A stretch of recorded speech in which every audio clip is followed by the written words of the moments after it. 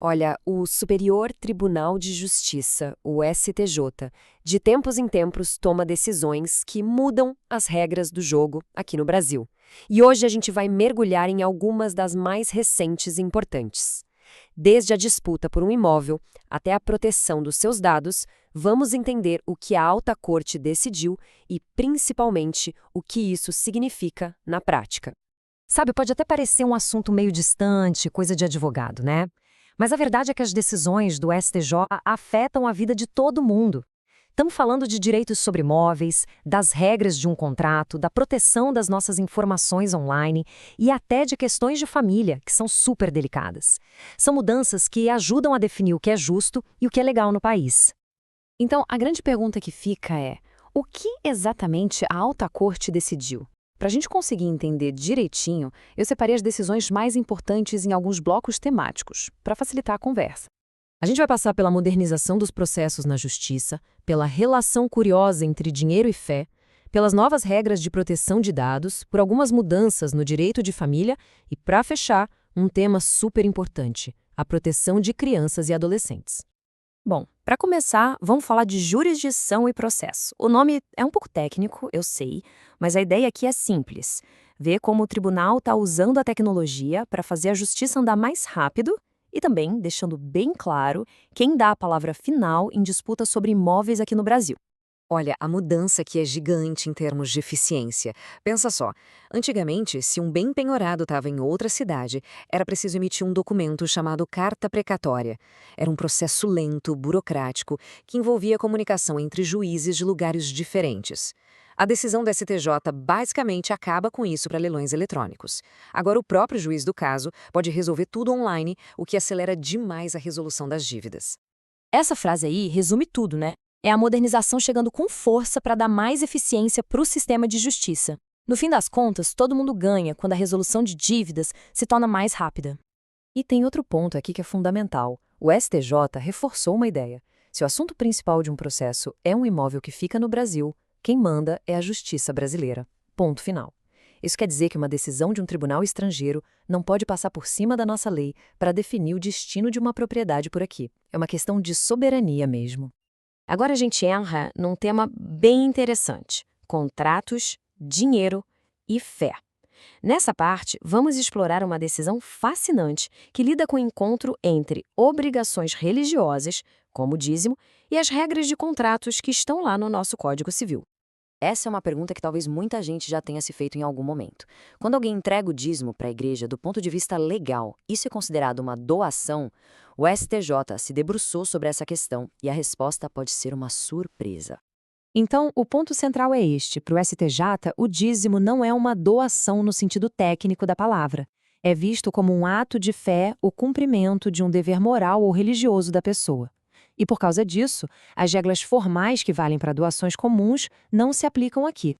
E por que isso importa na prática? Bom, as consequências são enormes. Significa que a transferência do dízimo é válida mesmo sem um contrato formal. E mais, o ato não pode ser desfeito por ingratidão, algo que pode acontecer com doações comuns. E para fechar, um simples cheque já é considerado um meio totalmente válido para essa transferência. Chegamos na nossa terceira parte: seus dados, suas regras. No mundo digital como o nosso, a proteção de informações pessoais é um assunto quente, e o STJ tomou uma decisão muito importante sobre o compartilhamento de dados de crédito. Imagina só a situação: descobrir que suas informações de cadastro ou seu histórico de bom pagador foram compartilhadas com outras empresas sem a sua autorização.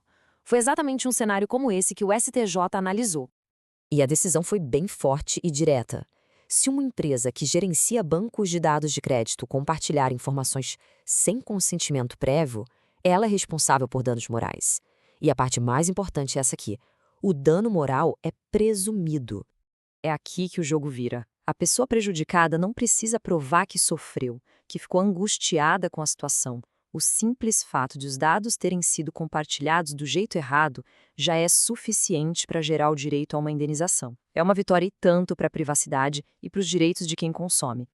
Agora, a gente mergulha num assunto que mexe com a vida de muita gente: as novas teses de família.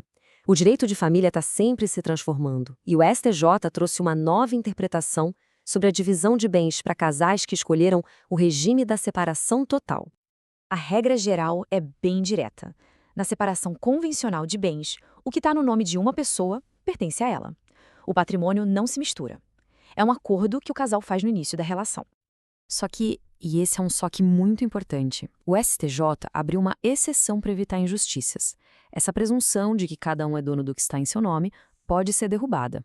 Se uma das partes conseguir provar que contribuiu de verdade com dinheiro para a compra de um bem que está no nome da outra, ela pode ter direito a uma parte dele.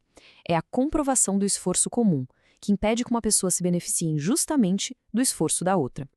E, para fechar, a gente chega no nosso último tema, um dos mais delicados, sem dúvida: a proteção de crianças e adolescentes. Vamos ver uma decisão que reforça a importância de seguir à risca os procedimentos legais no processo de adoção. Aqui o tribunal foi bem direto ao ponto. É irregular colocar uma criança no sistema de adoção antes do chamado trânsito em julgado. Isso significa que o processo que retira o poder familiar dos pais biológicos precisa estar 100% finalizado, sem mais nenhuma chance de recurso. E por trás dessa regra está um princípio fundamental.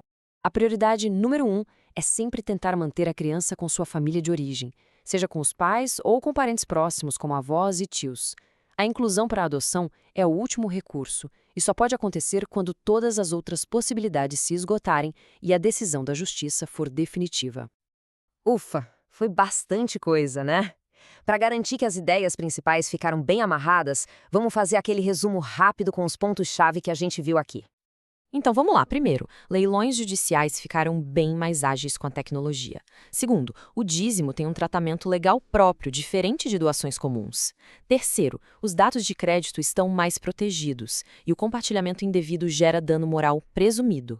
Quarto, mesmo num casamento com separação total de bens, provar o esforço comum pode sim levar à partilha. E por último, o processo de adoção precisa respeitar o tempo da justiça, sempre priorizando a família natural. E a gente termina com uma reflexão. Todas essas decisões mostram o judiciário que está se adaptando à tecnologia, buscando proteger os mais vulneráveis e tentando encontrar um equilíbrio entre a liberdade de cada um e a justiça para todos. A pergunta que fica no ar é: como essas novas interpretações da lei vão continuar a moldar a nossa sociedade e o futuro da justiça aqui no Brasil?